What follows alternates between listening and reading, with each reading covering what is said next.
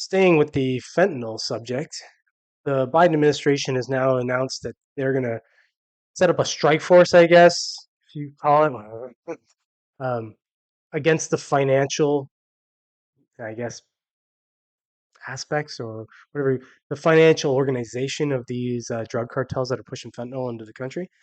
I'm going to read this article here. This is from CNN Politics. So, yeah, I don't know. Everybody knows what I think about CNN, but it's a pretty decent article considering, even though it's about Biden. It's usually they're skewed with for Biden, but I think now maybe not so much. So, U.S. Treasury Secretary Janet Yellen on Monday announced a new counter-fentanyl strike force to crack down on the illicit financial networks supporting the cartels and drug traffickers that help funnel the drug into the United States. The new strike force, part of the department's efforts to tackle the deadly fentanyl trade, will streamline personnel and resources across the country or the agency to better leverage its expertise in countering financial crimes that back the networks supporting the fentanyl trade, according to the Treasury Department. Treasury Department's counter-fentanyl strike force will allow us to bring the department's unrivaled expertise in fighting financial crime to bear against this deadly epidemic. Treasury will use every tool at its disposal to disrupt the ability of drug traffickers to peddle this poison in our country. Why not just go after the cartels?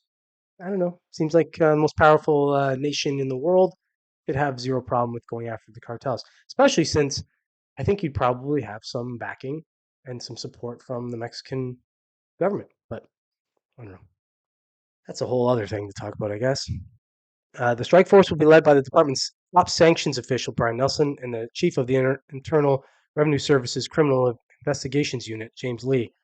It will redouble Treasury's existing work streams, including using financial intelligence to undergo or understand risks and map transnational, transnational, I should say, criminal organization (TCO) financial networks. Several key units within the Treasury Department that specialize in financial crimes, sanctions, and tracking terrorists and illicit financing will be part of the new strike force. These include the IRS Criminal Investigation Unit, which is usually there to get you, but good thing that they're turning that around on the actual criminals. Um, sorry, I lost my spot there. The Financial Crimes Enforcement Network, the Office of Foreign Assets Control, the Office of Intelligence and Analysis, and the Office of Terrorist Financing and Financial Crimes.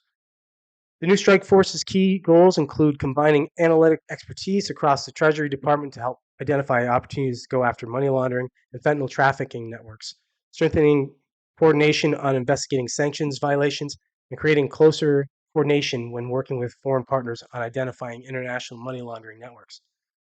The new initiative comes after the U.S. and China recently reached a deal on curbing fentanyl production, and as the U.S. Treasury Department has taken an increasingly active role in addressing the threat posed by fentanyl. Well, a little too late, but all right. I mean, we'll see. The strike force will act quickly and decisively with the top specialists from across the department to nimbly respond to the newest threats. Okay. Well said, buddy. We'll see. Investigators from the Treasury Department can access and share powerful financial data with enforcement bodies such as the Drug Enforcement Agency and the Department of Homeland Security as they work to track and disrupt the fentanyl trade and drug suppliers. As part of his talks with Chinese leader Xi Jinping, uh, President Joe Biden said that China agreed to go after the companies that produce the precursor chemicals to fentanyl. What are you going to do there? Those precursor chemicals are used for a lot of different things. So this all seems like blowhard, you know? It's just we're doing something, so let's just act like we're doing something. Let's say all these things, all these fancy things. Let's get all these three-letter, agencies involved, and just, really bluster hard.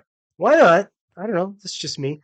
Why not close the southern border and maybe go after the cartels directly? I don't know. That's just I'm just spitballing. What do I know? What do I know about anything? It just seems like common sense to me. But no, let's do all this backhanded baloney that acts like we're doing something when really we're not.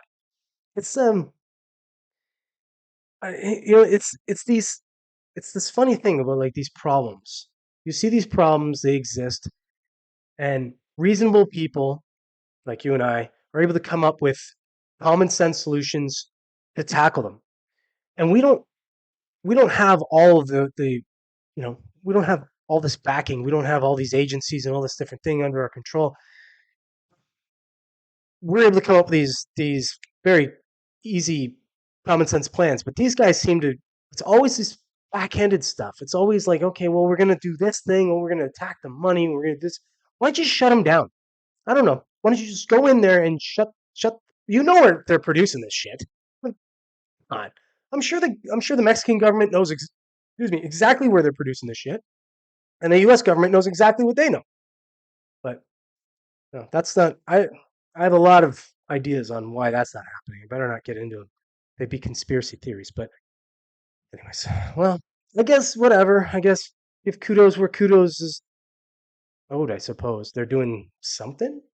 Maybe I don't know. We'll see. Proof will be in the pudding, I suppose.